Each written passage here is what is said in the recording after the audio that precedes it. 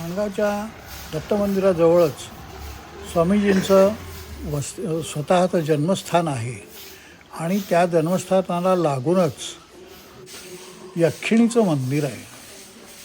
ही यक्षिणी त्या माणगावची ग्रामदेवता आहे आणि महाराजांवरती अतिशय प्रसन्न होती आणि स्वतः नरसोबा सरस्वतींनी या यक्षिणींना तशी आज्ञा दिली होती की पुढे जाऊन महाराज जन्माला येतील त्यावेळी तुम्ही त्यांची सेवा करा. तर त्यामुळे हे माणगावला गेल्यानंतर हे यक्षिणी मंदिरही पाहणं अत्यंत आवश्यक आहे. अतिशय सुरेख असं लाकडी बांधकाम या यक्षिणी मंदिराचं आहे.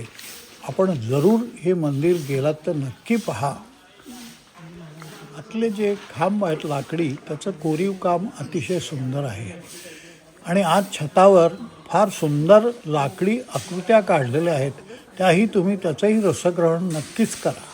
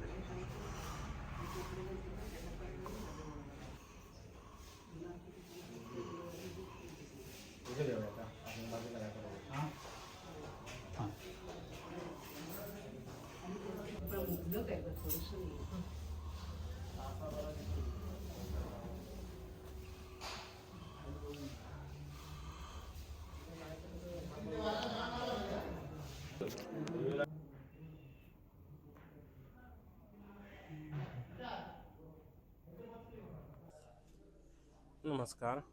सिंधुदुर्ग जिल्ह्यामध्ये कुडाळ तालुक्यात माणगाव गाव, माणगावची ग्रामदेवता यक्षिणी. यक्षिणीच्या मंदिरात आपण आहोत.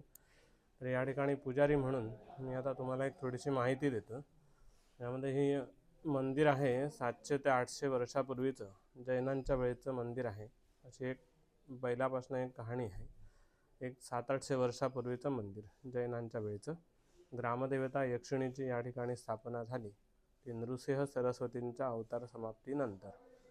त्यानंतर इथे ग्रामदेवता म्हणून ह्या यक्षिणीची स्थापना होऊन गावामध्ये मानव वस्ती अशी वाढली. त्यानंतर टेंबेस्वामी महाराजांचा जन्म झाला इकडे आणि जन्म झाल्यानंतर टेंबेस्वामी महाराजांच्या राहदाईनंतर दत्त मंदिराची स्थापना झाली. तर या माणगावच्या देवीच्या मंदिरामध्ये 64 योगिनींच्यापैकी ही ग्रामदेवता एक यक्षिणी आहे. मंदिर जसं म्हटलं तसं 700 ते 800 वर्षापूर्वीचं सगळं लाकडामध्ये कोरीव काम केलेलं आहे. समोरचा महिरप आहे, देवस्थानचे खांब आहेत, वर छतावर आहेत मूर्ती कोरलेल्या. त्यांचं लेख असा कुठे आपल्या माहितीत नाही आहे, सगळं लाकडामध्ये कोरलेलं आहे. दैनंदिन पूजा अर्चा वगैरे दिवाण प्रत्येक गावची असो इतर जे कोणी भक्त मंडळी या ठिकाणी येतात त्यांच्या लोकांच्या इच्छा परिपूर्ण होतात आणि त्यासाठी जी होईल ते आपल्याकडनं सेवा प्रत्येक भाविक मंडळी करत असतात. कुठे देवीचे अभिषेक पूजा करणं, त्याच्यानंतर ओटी भरणं, अन्य काहीतरी नवस बोलणं किंवा जी काय इच्छा प्रत्येकाची काय मनात असते त्याप्रमाणे या ठिकाणी येऊन करतात. लोकांची इच्छा परिपूर्ण होते. प्रत्येक जण भक्त दिवसेंदिवस देवीच्या दर्शनासाठी इथे येत असतात. महाराजांचं दर्शन आहे, दत्त मंदिरचं दर्शन आहे. त्यानिमित्ताने माणगावच्या ह्या गावात येऊन भक्तमंडळी येऊन होईल ती सेवा इथे करत असतात. टेंबेस्वामींचा कसा काय संबंध या दिवशी? नृसिंह सरस्वतींच्या अवतार समाप्तीवेळी ह्या 64 योगिनी त्या ठिकाणी होत्या नरसोबाच्या वाडीला. तर तिथे त्यांचा अवतार समाप्त होताना मग ह्या योगिनी म्हणाल्या की आपण मग पुढे काय करायचं. मग त्याच्यानंतर नृसिंह सरस्वतींनी म्हटलं की आपला अवतार पुढे तिथे व्हायचा आहे, त्याच्यामुळे तू माणगावमध्ये जाऊन गावाची वस्ती करून तिथली ग्रामदेवता म्हणून स्थानापन्न हो. त्यानंतर हा टेंबेस्वामी महाराजांचा जन्म झाला आणि त्यानंतर दत्ताच्या मंदिराची स्थापना. अशी ती एकमेकांचं असं नातं या ठिकाणी आहे. म्हणजे यक्षिणी प्रसन्न होती महाराजांना. धन्यवाद.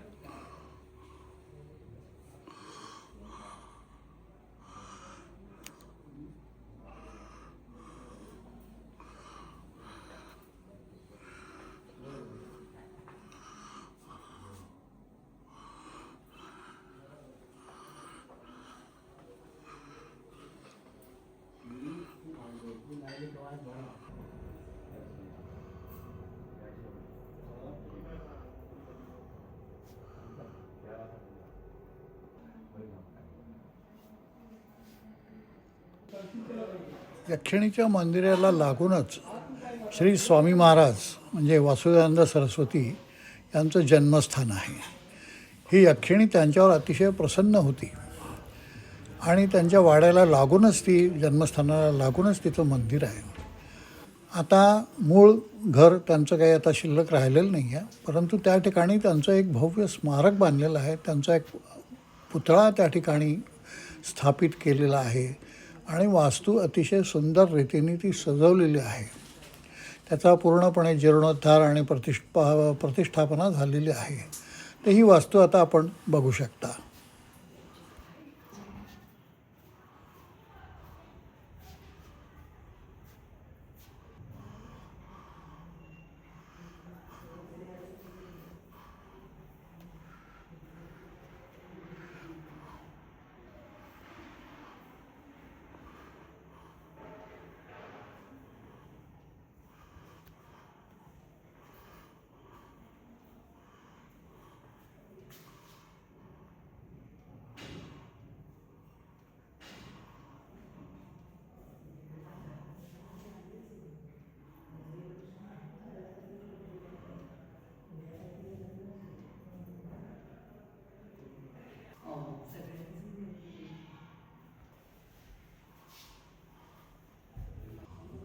स्वामीजींच्या सर्व प्रमुख शिष्यांची या ठिकाणी छायाचित्र लावण्यात आलेली आहेत.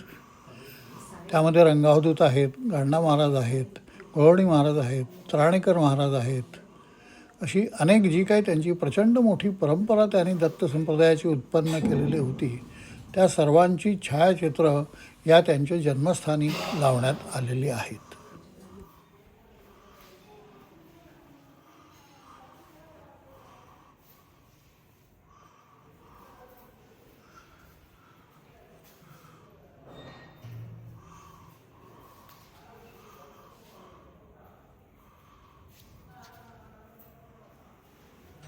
प्रदक्षिणा मार्गावर त्यांच्या आयुष्यातल्या अनेक घटनांची छायाचित्र, वेगवेगळ्या कथांची छायाचित्र आणि थोडक्यात त्या कथा खाली लिहिलेल्या अशा प्रकारच्या तस्बिरी सगळ्या सर्वत्र मागच्या बाजूला लावलेल्या आहेत प्रदक्षिणा मार्गावर.